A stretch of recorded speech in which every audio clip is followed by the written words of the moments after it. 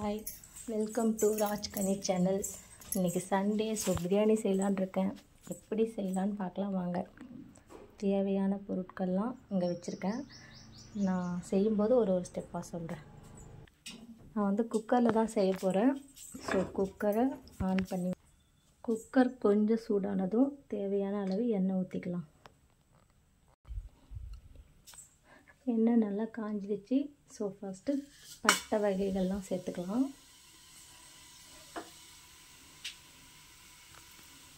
பட்டை கொஞ்சம் வதங்கினதும் இப்போ நம்ம வெங்காயத்தை சேர்த்துக்கலாம். வெங்காயம் ஆட் பண்ணியாச்சு. ஆட் பண்ணி கொஞ்சம் பொன்னிறமாக ஆகிற வரைக்கும் வதக்கி விட்டுக்கலாம். இப்போ நான் சமைக்கும்போது எங்கள் வீட்டுக்கு போன குட்டிங்கெல்லாம் தூங்குதுங்க. இப்போ நான் எப்போ கறி பாக்ஸ் ஓப்பன் பண்ணுறனோ அப்போ கண்ணை முழிச்சுப்பாங்க. என்னடி, ஒன்றும் இல்லை, தூங்குடி, கண்ணை மூடுடி.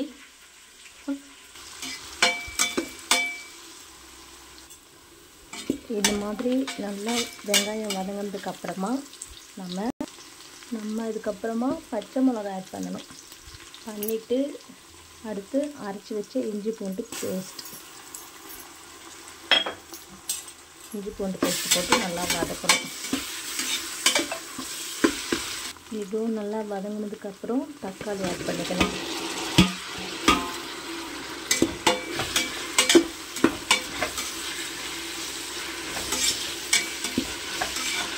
தக்காளி கொஞ்சம் வதங்கட்டும், வெயிட் பண்ணுவோம். லைட்டாக உப்பு போட்டு வதக்க விட்டால் சீக்கிரமாக வதங்கிடும். கல் உப்பு சேர்த்துக்கிட்டால் சீக்கிரம் வதங்கிடும். அதான் நான் கல் உப்பு ஆட் பண்ணியிருக்கேன்.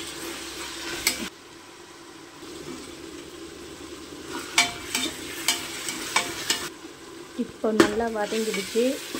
இது வதங்கினதுக்கப்புறம் இது கூட நம்ம புதினா மல்லி ஆட் பண்ணிக்கலாம்.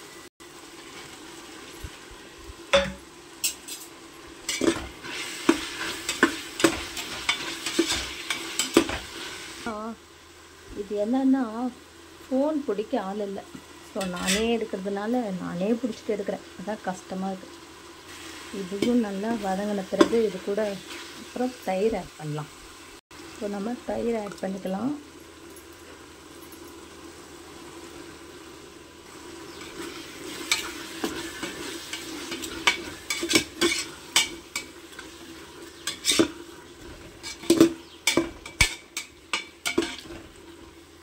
தயிர் ஆட் பண்ணிவிட்டு அதுக்கப்புறம் கரம் மசாலா, தனி மிளகாய்த்தூள், லைட்டாக கலருக்காக கேசரி பவுடர் இதெல்லாம் ஆட் பண்ணி வதக்கி விட்டுக்கலாம்.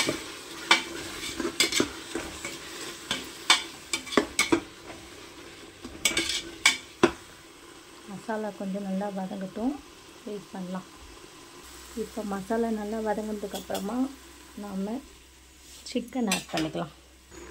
1 கிலோ சிக்கன், இது 1 கிலோ சிக்கனுக்கு 1 கிலோ ரைஸ் சேர்த்துக்கலாம். அப்புறம் நம்ம சிக்கன் நல்லா கொஞ்சமாக கிரேவி ஆகட்டும்.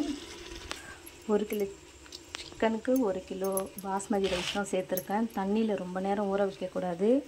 ஸோ உடனே கழுவி வச்சுருக்கேன். அது தண்ணி ஊற்றுனதுக்கப்புறம் நம்ம இதை ஆட் பண்ணிக்கலாம். நான் சொன்னேன்ல, சிக்கன் ஓப்பன் பண்ணதும் தூங்குறவங்கள எழுந்து வந்தாச்சு. என்ன இந்தா சாப்பிட்றாங்க பாருங்க. இப்போ சிக்கனும் கொஞ்சம் வெந்துடுச்சு. ஸோ நம்ம தேவையான அளவு தண்ணி ஊற்றி கொதிக்க வைக்கலாம். இப்போ தண்ணி ஊற்றியாச்சு.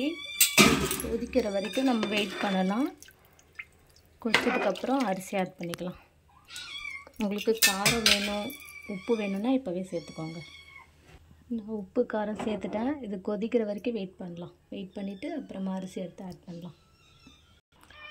அது அழுக்கு பாத்திரம் போடுறது, அதில் என்னடி பண்ணுறீங்க? தண்ணி நல்லா கொதித்து வர ஆரம்பிச்சிடுச்சு. அதுக்கப்புறமா நம்ம அரிசி சேர்த்து குக்கரை மூடி வச்சிடலாம்.